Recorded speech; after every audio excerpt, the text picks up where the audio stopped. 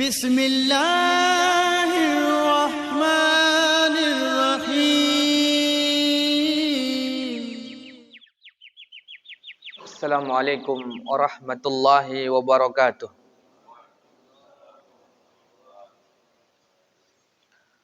Alhamdulillahi rabbil alamin. Wassalatu wassalamu ala asyrafil anbiya'i wal mursalin wa ala alihi wa sahbihi ajma'in. Asyhadu an la ilaha illallah wahdahu la syarikalah wa asyhadu anna Muhammadan abduhu wa rasuluh sallallahu alaihi wa ala alihi wa sahbihi wa man tabi'ahum bi ihsanin ila yaumiddin. Amma ba'du. Ma'asyiral muslimin wal muslimat rahimani wa rahimakumullah. Alhamdulillah, pujian dan sanjungan hanyalah milik Allah. Kita bersyukur atas nikmat yang Allah berikan kepada kita, dan kita juga tidak berputus asa terhadap cita-cita dan keinginan yang belum diijabah Allah. Kemudian kita juga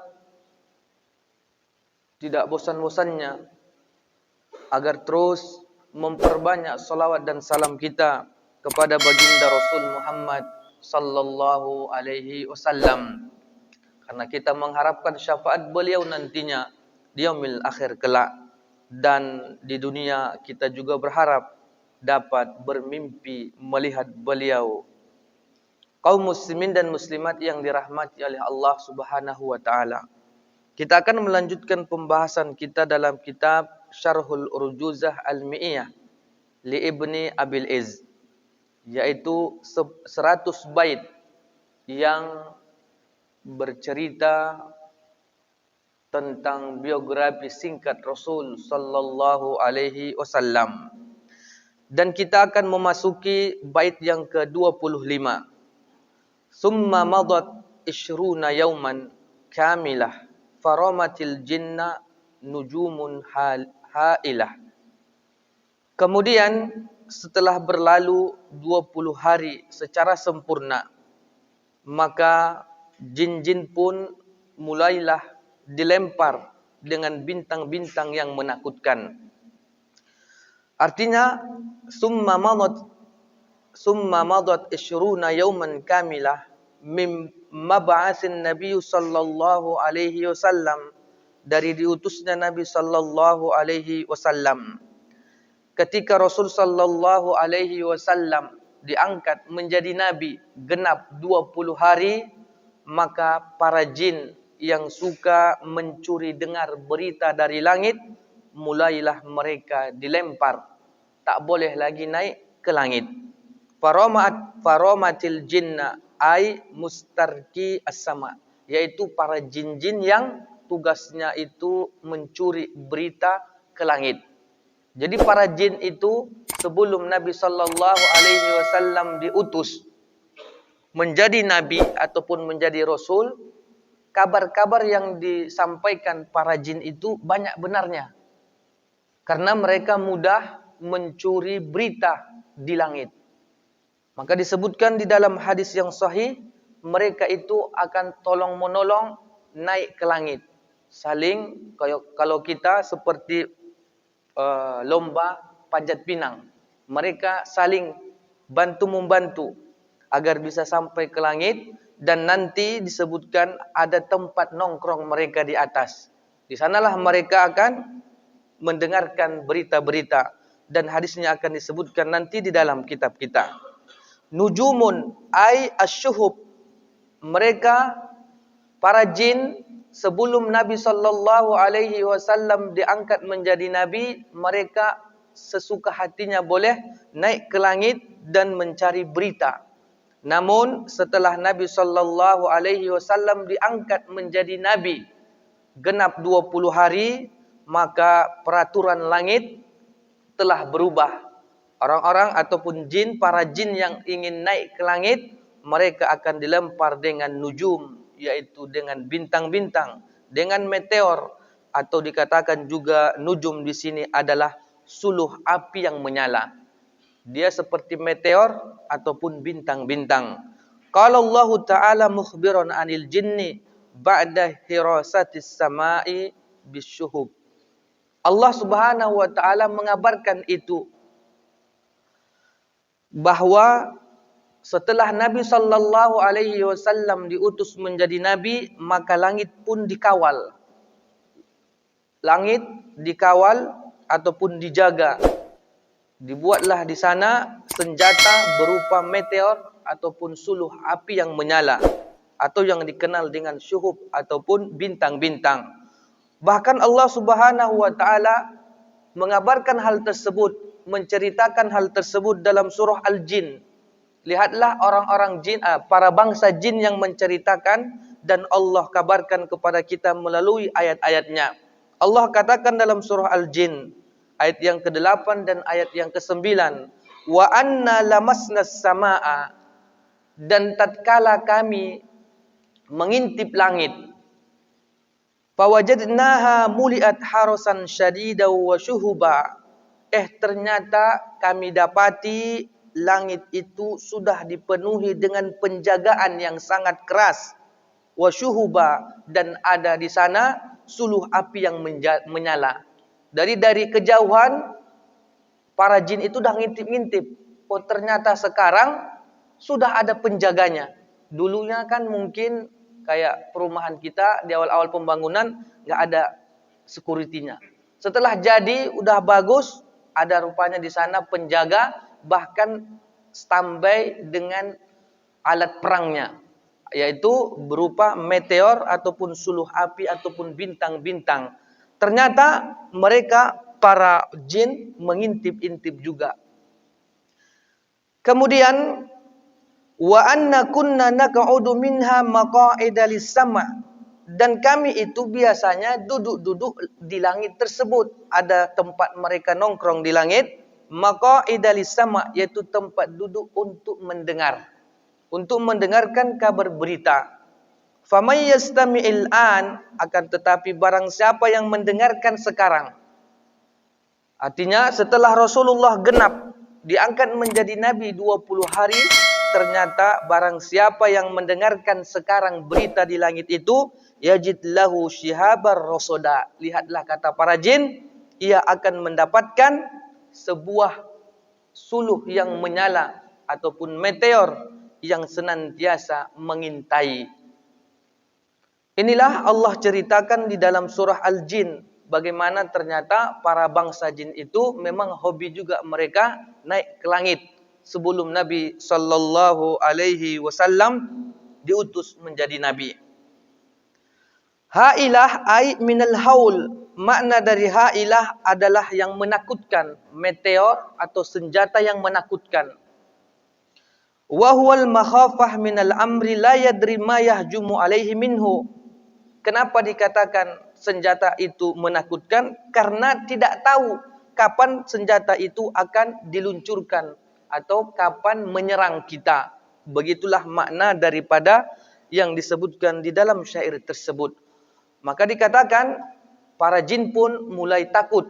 Mereka mulai gaduh. Mulailah mereka kesulitan mendapatkan berita dari langit. Maka setelah Nabi sallallahu alaihi wasallam diutus menjadi para nabi, maka berita-berita yang disampaikan jin kepada dukun-dukun pun mulailah tidak laku lagi. Para dukun ketika itu sudah tak lagi mendapatkan berita-berita dari langit yang disampaikan oleh para jin.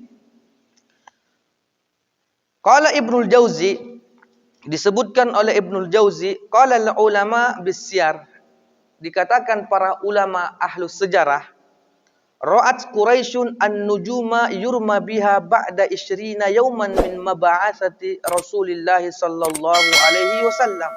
Ternyata setelah Rasul sallallahu alaihi wasallam diangkat menjadi nabi, orang-orang Quraisy pun melihat ada bintang atau meteor yang berjatuhan, yang memang dilemparkan. Mereka tak tahu, tapi mereka mengakui setelah Nabi sallallahu alaihi wasallam diutus menjadi nabi setelah 20 hari secara sempurna. Itulah yang disebutkan oleh ulama-ulama. Bahkan diriwayatkan rawa al-Imam Ahmad wa Tirmizi wa ghairuhuma an Ibni Abbas. Riwayat dari Imam Ahmad dan Tirmizi dan yang selain dari keduanya, dari Ibnu Abbas dikatakan, kanal jinnu yas'uduna ila samai yasma'una al-wahya. Dulu itu para jin, bangsa jin naik ke langit untuk mendengarkan wahyu. Fa idza sami'u al-kalimah zadu fiha tis'an. Dan tatkala para jin mendapatkan khabar ataupun kabar dari langit, satu kalimat, kemudian mereka turun ke bumi, mereka pun menambah-nambahi menjadi 9. Fa ammal kalimah fatakunu haqqan, dan adapun satu kalimat yang mereka dengar itu di langit itu adalah hak, benar. Karena memang mereka ketika sebelum Nabi diutus menjadi nabi, mereka bebas naik ke langit dan duduk di sana dan mendengarkan berita langit. Dan apabila mereka mendengarkan satu kalimat, dan satu kalimat ini adalah kalimatnya benar, wahyu dari Allah, tapi sampai nanti ke bumi, mereka mengecer ataupun menjajarkan berita tersebut, mereka tambahi 9. Wa amma mazada fayakunu batil, dan adapun yang ditambah-tambahi berita oleh jin tersebut adalah kebatilan, tak benar, dusta itu. Falamma bu'isa Rasulullah sallallahu alaihi wasallam, maka tatkala nabi kita diutus, diangkat menjadi nabi, muni'u maqaidahum, mereka pun dilarang ataupun dicegah tidak bisa lagi nongkrong-nongkrong dan duduk-duduk di langit. Berarti habis udah masa kontrak mereka. Mereka enggak ada lagi bisa naik. Fadzakaru dzalika li iblis, maka mereka pun mengabarkannya kepada iblis. Iblis ini adalah raja dari para syaitan. Mereka kabarkanlah ke iblis. Kemudian walam takun an-nujumu yurma biha qabla zalik, padahal para bintang meteor-meteor itu sebelumnya belum pernah melempari orang-orang yang naik ke langit. Faqala lahum iblis, maka iblis pun berkata kepada pasukannya para jin, "Ma hadza? Kenapa bisa seperti ini? Illa min amrin qad hadasa fil ardi." Kenapa bisa perkara ini terjadi? Mungkin ada sesuatu perkara yang terjadi di bumi. Ada penyebabnya. Iblis pun tahu. Padahal kita sudah ribuan tahun boleh naik kok nongkrong di langit mendengarkan kabar-kabar berita. Ini tiba-tiba ada pula penjagaan dan ada senjata yang bisa membunuh kita. Maka iblis pun berkata kepada pasukannya. Setelah itu ia pun mengatakan, faba'asa junudahu, maka iblis ini pun mengirimkanlah pasukan-pasukan mengintip ada apa di bumi. Fawajadu Rasulullah sallallahu alaihi wasallam qa'iman yusalli baina jabalain. Maka bangsa jin pun mendapati ada seorang Rasul yang berdiri sedang solat antara dua gunung. Urahu, mereka pun melihatnya. Qala bi Makkah, dikatakan para bangsa jin itu melihat Rasul solat di Makkah. Fa'atau, dan mereka pun mendatanginya. Fa'akhbaruhu, dan mereka setelah mendatangi dan melihat, ternyata ada seorang Rasul yang sudah diutus. Mereka pun para bangsa jin kembali datang ke iblis dan mengkabarkan, ternyata memang ada kejadian. Faqala hadzal hadatsu alladhi hadatsa fil ardi. Nah, inilah ternyata sebuah momen, sebuah kejadian yang terjadi di bumi. Ternyata sudah diutusnya nabi, yang mana nabi tersebut sudah genap 20 hari menjadi nabi, maka peraturan langit pun berubah. Kaum muslimin dan muslimat yang dirahmati oleh Allah Subhanahu wa taala. Maka di zaman sebelum Nabi sallallahu alaihi wasallam diutus menjadi nabi, para paranormal, para dukun dan orang-orang pintar sangatlah laku. Bahkan di sebuah kerajaan itu, para dukun itu adalah menjadi tempat bertanya mereka. Bahkan di zaman Fir'aun, para ahli-ahli sihir itu memiliki kedudukan yang tinggi di kerajaan. Nah, mungkin sampai sekarang juga para dukun itu dijadikan juga tempat bertanya, apatah lagi ketika ingin duduk atau ingin menjabat anggota dewan atau di pemerintahan. Dukun itu harus ikut andil biasanya. Karena memang seperti itulah manusia mempercayainya. Karena sudah bertahun-tahun, berabad-abad, bahkan sebelum Nabi diutus, para dukun tersebut memang memiliki kedudukan di masyarakat. Bahkan ditakuti, bahkan dikatakan orang berilmu atau bahasa Indonesia apa? Para dukun, para paranormal. Tapi kalau dia di sebuah suku itu dia dibilang pendekar, apa? Apa nama itu? Dia orang hebat, yang penting dia disegani dia disegani.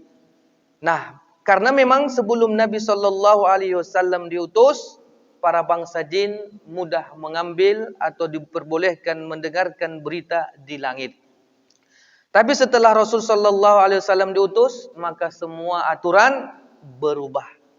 Kaum muslimin dan muslimat yang dirahmati oleh Allah Subhanahu wa taala. Selanjutnya bait yang ke-26.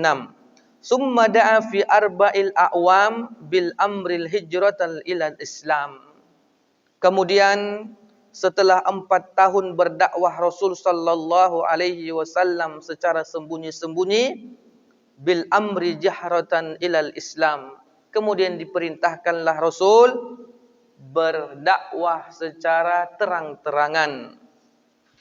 Yushiru ila bad'id da'wati jahriyah. Ini adalah perintah isyarat agar Rasul sallallahu alaihi wasallam mulai mendakwahkan Islam secara terang-terangan setelah 4 tahun berdakwah secara sembunyi-sembunyi. Di riwayat yang lain dikatakan selama 3 tahun. Setelah Rasulullah berdakwah 3 tahun secara sembunyi-sembunyi, kemudian diperintahkan untuk berdakwah secara terang-terangan. Wa anna fis sanah ar-rabi'ah minal mab'ats, yaitu pada tahun yang keempat Rasulullah itu sudah menjadi nabi. Wa qabla dzalika kana alaihi salatu wassalam yad'u ilal islami sirran. Sebelumnya Rasulullah itu dia berdakwah secara sembunyi-sembunyi. Qala Ibnul Qayyim rahimahullahu fi Zadil Ma'ad. Ibnul Qayyim mengatakan di dalam kitab Zadul Ma'ad, wa aqama sallallahu alaihi wasallam ba'da zalika salasata sinin. Maka setelah Rasulullah berdakwah selama 3 tahun, kata Ibnul Qayyim, yad'u ila Allah subhanahu wa ta'ala mustakhfiyan, secara sembunyi-sembunyi. Summa nazala alaih, kemudian datanglah sebuah ayat yang memerintahkan Rasul agar berdakwah secara terang-terangan. Allah katakan, fasda bima tu'mar wa a'rid anil musyrikin. Maka terus teranglah dengan perintah Allah dengan menyampaikan Islam, wa a'rid anil musyrikin, dan berpalinglah dari orang-orang musyrikin. Setelah Rasulullah mendapatkan wahyu ini, maka Rasulullah pun segeralah pergi ke Bukit Safa. Beliau berdiri di Bukit Safa dan memanggil, wahai Bani Fihir, wahai Bani Fihir, wahai Bani Ad. Maka para suku-suku tersebut pun datang dan mendengarkan apa yang akan disampaikan oleh Rasul sallallahu alaihi wasallam. Jadi ketika Rasul sallallahu alaihi wasallam berdiri di Bukit Safa tersebut, semua suku datang untuk mendengarkan. Apabila ada suku-suku, ketua-ketua sukunya tak bisa datang, mereka mengutus utusan apa sebenarnya yang akan disampaikan oleh Rasul sallallahu alaihi wasallam. Maka ketika para orang-orang Quraisy, suku-suku Quraisy dari semua kabilah datang berkumpul di Bukit Safa tersebut, maka Rasulullah sallallahu alaihi wasallam pun mengatakan, Bagaimana pendapat kalian kalau seandainya aku katakan ada sebuah pasukan berkuda di belakang gunung ini akan menyerang kita hari ini? Maka kaum tersebut mengatakan, kami percaya. Karena kami tidak mendapati engkau pernah berbohong ataupun berdusta. Lihat, bayangkan seluruh kabilah yang ada di zaman Rasul mempercayai Rasul sallallahu alaihi wasallam dengan benar-benar.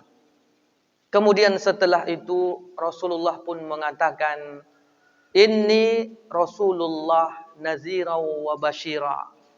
Tapi yang ingin aku sampaikan adalah sesungguhnya aku itu sekarang adalah seorang utusan Allah yang memberikan kabar gembira dan memberikan peringatan.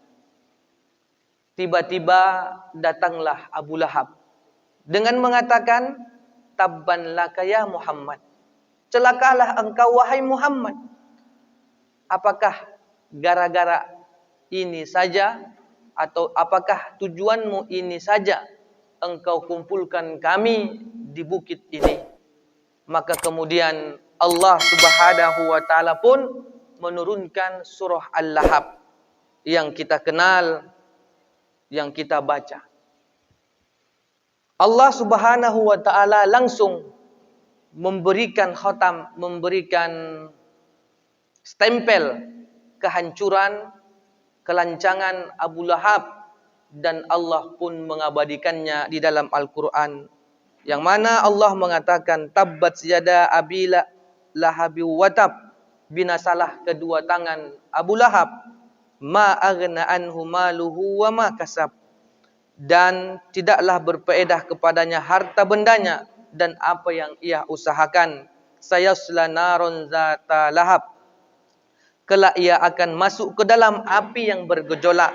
Wa mra'atuhu hammalatal hatab, dan begitu pula istrinya pembawa kayu bakarnya. Fi jidiha hablum mim masad, yang di lehernya ada tali dari sabut. Ternyata yang menolak dakwah Rasul secara terang-terangan adalah pamannya sendiri dari keluarganya. Karena apa? Karena memang beliaulah Abu Lahab orang yang terpandang ketika itu di masa itu. Bahkan Abu Lahab itu adalah manusia yang paling cerdas di masa tersebut. Maka dia dijulukilah dia Abul Hakam. Abu Lahab itu bukan orang sembarangan. Dia disebut, digelari dengan Abul Hakam, orangnya hikmah. Kalimat-kalimatnya itu sangat menyejukkan. Kalau kita saat ini mungkin orang-orang tua kita lah, orang-orang yang sepuh yang udah memang berpengalaman banyak. Begitulah Abu Lahab. Jadi ketika Rasul sallallahu alaihi wasallam mendakwahkan dirinya adalah seorang rasul, membawa risalah Allah, pada ketika itu tak ada satupun sebenarnya kaum Quraisy yang ingin menolaknya. Tetapi karena Abu Lahab, pamannya langsung naik, langsung berkata, Tabban laka ya Muhammad, celakalah engkau wahai Muhammad. Hanya gara-gara ini saja kalian kumpulkan kami di bukit ini. Lihatlah betapa dahsyatnya keluarga bisa menghalang-halangi kita dari dakwah agar kita tidak mendakwahkan Islam. Kemudian ada beberapa pelajaran dari surah Al-Lahab yang disebutkan. Pertama, Allah telah menetapkan akan kebinasaan Abu Lahab dan membatalkan tipu daya yang ia perbuat pada Rasul sallallahu alaihi wasallam. Hubungan kekeluargaan dapat bermanfaat jika dibangun di atas keimanan. Lihatlah Nabi sallallahu alaihi wasallam dan Abu Lahab punya kedekatan dalam kekerabatan, namun hal itu tidak bermanfaat bagi Abu Lahab karena tidak beriman. Maka ketika kita memiliki keluarga, ajaklah ia mengenal Allah Subhanahu wa taala. Kemudian yang ketiga, tidak bermanfaatnya harta dan keturunan bagi orang yang tidak beriman. Berapapun kekayaan kita, berapapun atau sehebat apapun kita di dunia ini, kalau kita tidak beriman, maka tidak akan bermanfaat harta dan keturunan kita. Maka tatkala kita misalnya pergi ke kota, melihat gedung-gedung tinggi, mencakar ke langit, kemudian kita katakan, itu gedung punya siapa? Itu punya orang-orang mata sipit. Mereka tidaklah beragama Islam misalnya. Maka janganlah hati kita itu merasa iri, dengki dengan kemewahan, dengan harta dan capaian-capaian mereka. Tapi ingat, Allah Subhanahu wa taala tidak menginginkan hal tersebut. Betapa hebatnya pun mereka, harta mereka banyak. Ketahuilah kalau mereka tidak beriman, mereka akan binasa dan harta yang mereka kumpulkan juga tidak ada gunanya nantinya di hadapan Allah Subhanahu wa taala.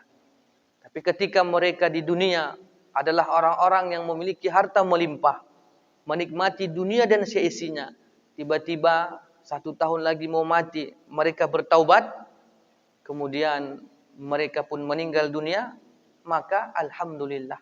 Semua dunia mereka genggam, mereka nikmati, setelah itu mereka pun mati dalam keadaan beriman, masuk surgalah mereka. Tapi ini 1001 biasanya, enggak banyak juga. Maka hati-hati juga.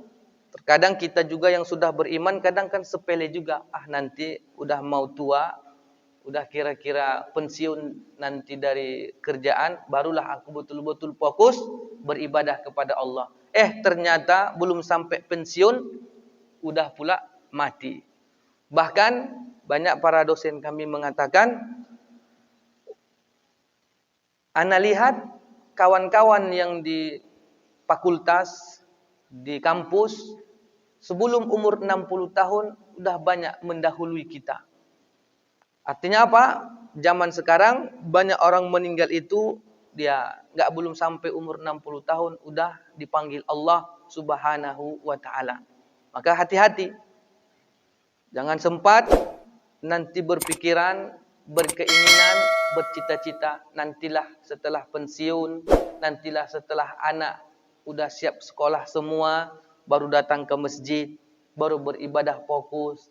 Maka ketahuilah itu semua adalah waswas syaitan dan tidak bisa menjamin kita kembali kepada Allah Subhanahu wa taala. Kemudian kaum muslimin dan muslimat yang dirahmati oleh Allah Subhanahu wa taala. Selanjutnya faedah yang bisa kita peroleh adalah bahaya saling tolong-menolong dalam kejelekan, sebagaimana dapat dilihat dari kisah Ummu Jamil yang membantu suaminya yaitu Abu Lahab menyakiti Nabi sallallahu alaihi wasallam. Maka ketika kita ikut membantu menghancurkan dakwah Rasul sallallahu alaihi wasallam, maka kita juga akan binasa. Maka carilah teman-teman, saling tolong-menolonglah dalam kebaikan. Sebagaimana Allah katakan, wa ta'awanu 'alal birri wat taqwa wa la ta'awanu 'alal ismi wal udwan. Tolong-menolonglah kalian dalam ketakwaan dan jangan tolong-menolong dalam keburukan. Karena orang-orang yang menolong keburukan itu, ia juga akan ikut hancur dan binasa nantinya.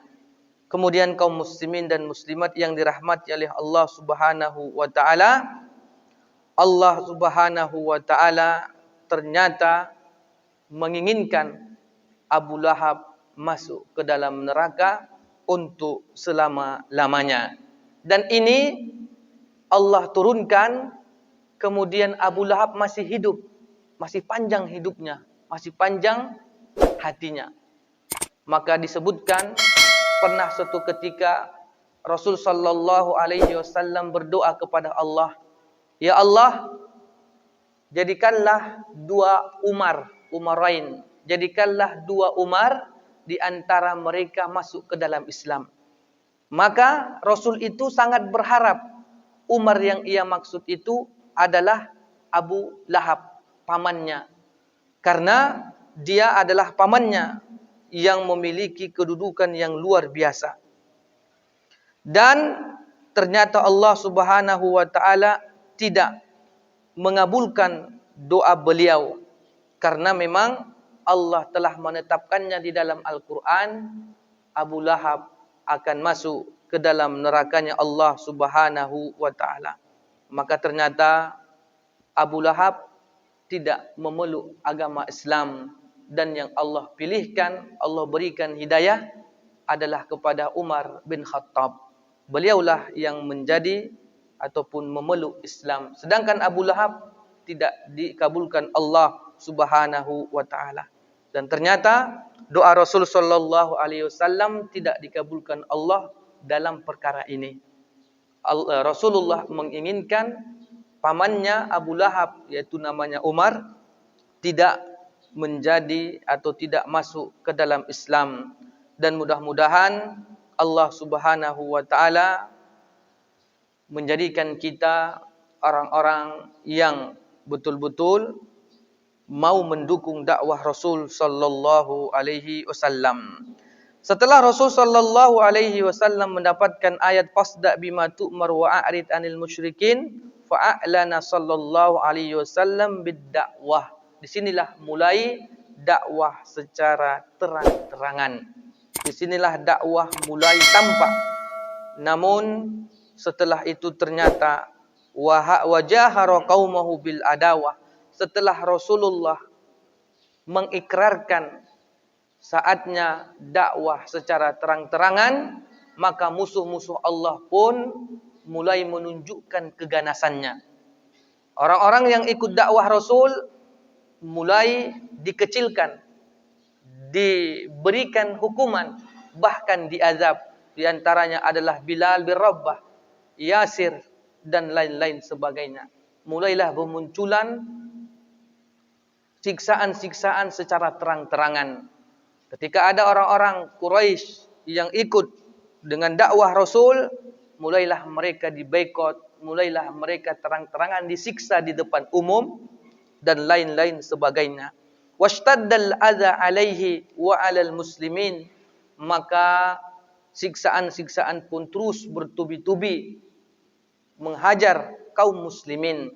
Hatta azinallahu lahum bil hijrah, hingga Allah pun mengizinkan orang-orang yang lemah, yang tak tahan dihukum, disiksa dengan orang kafir Quraisy, bolehlah mereka berhijrah, pergi meninggalkan kampungnya. Kemudian pada bait yang ke-27 dan 28 dikatakan warabiun minan nisa'i wasna asyar minar rijalis sahibi kullun qad hajar. Dan ada empat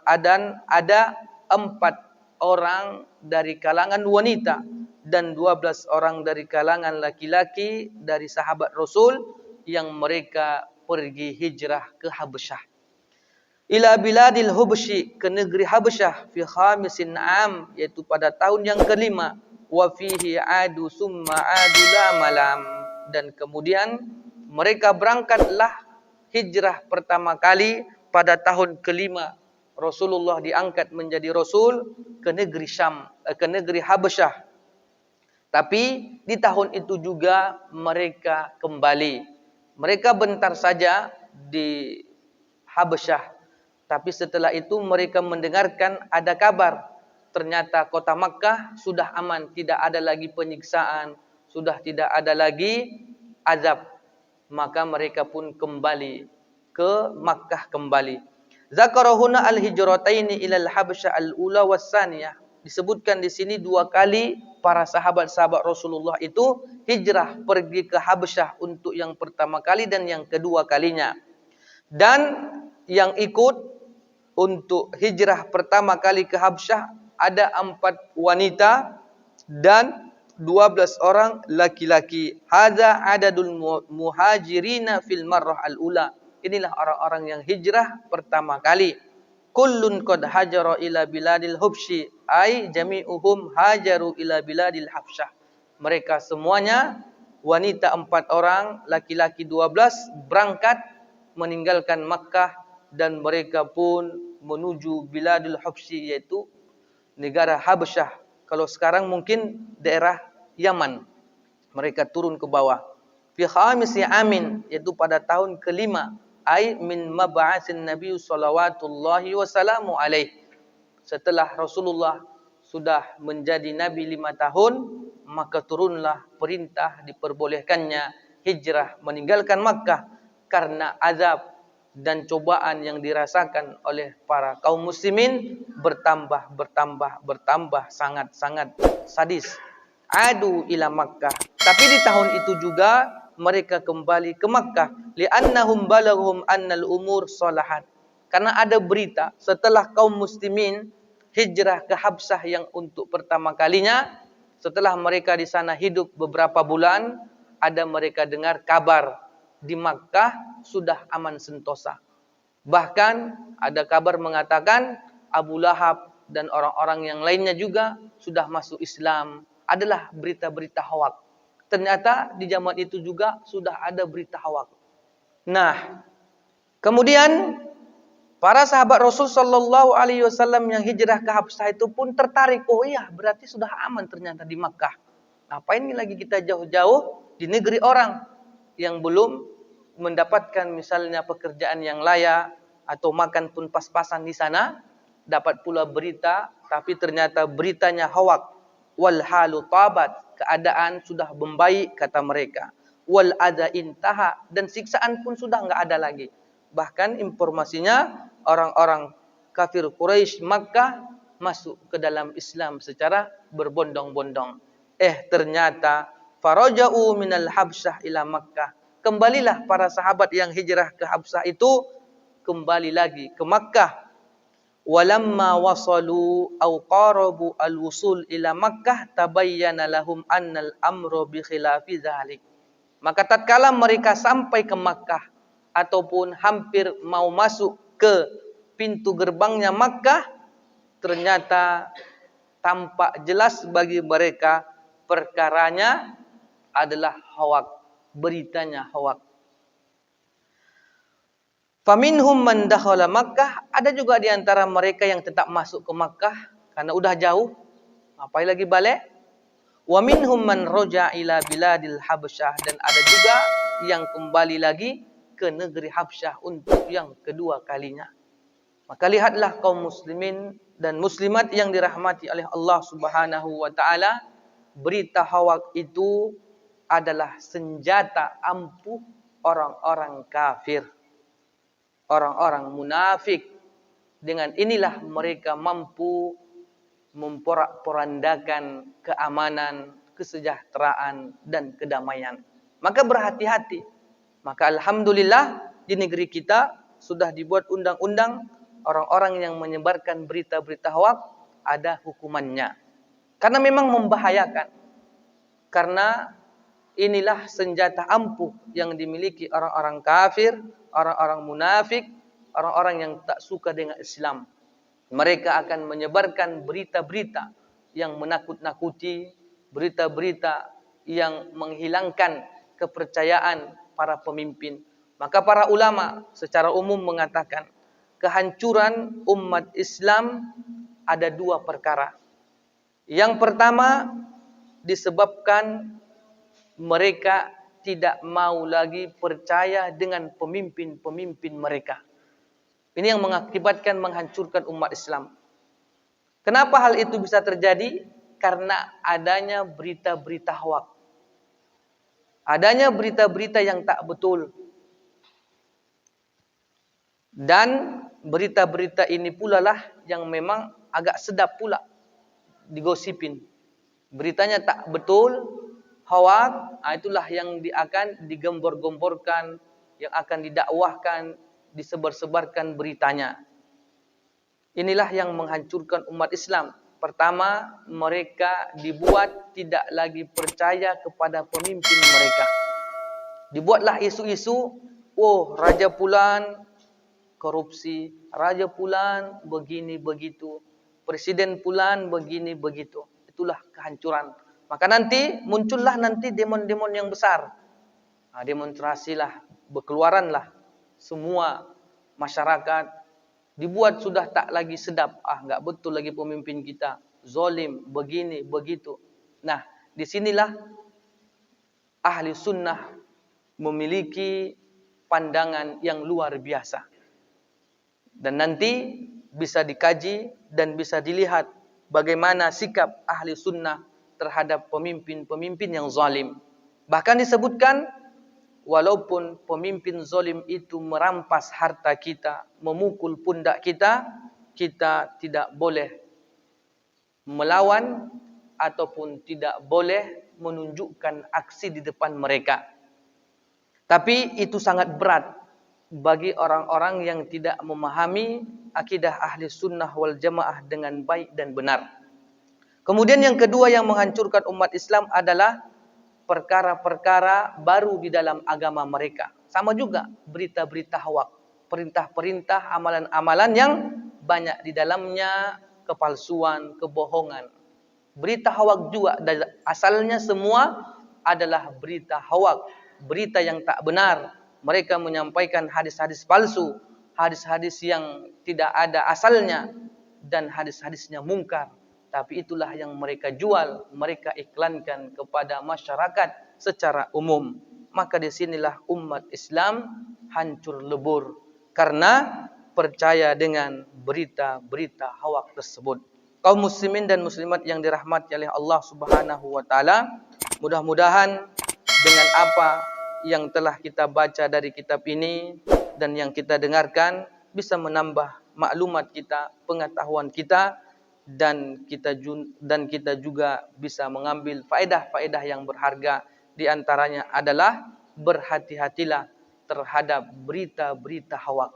Jadilah manusia-manusia yang kritis. Jadilah manusia-manusia yang ketika ingin mengambil keputusan, keputusannya dengan adanya data-data yang valid dan informasi-informasi yang benar. Karena inilah yang menghancurkan umat Islam dari zaman ke zaman. Mudah-mudahan apa yang kita sampaikan bisa menjadi ibrah, pelajaran kepada kita, dan nantinya bisa menjadi atau penggugah hati kita untuk terus mempelajari sirah kehidupan Rasul sallallahu alaihi wasallam. Inilah yang bisa kita sampaikan. Kita tutup dengan doa kafaratul majlis. Subhanakallahumma wa bihamdika asyhadu an la ilaha illa anta astaghfiruka wa atubu ilaik. Assalamualaikum warahmatullahi wabarakatuh.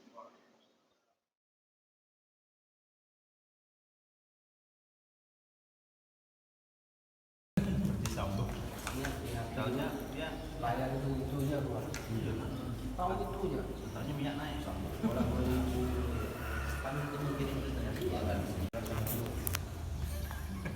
asal kita ikutin dia makin apa ya? Makin jadi.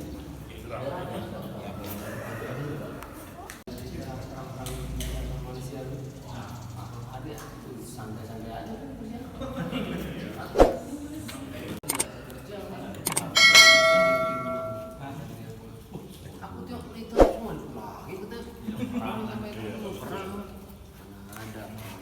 Ada sampai biasa aja.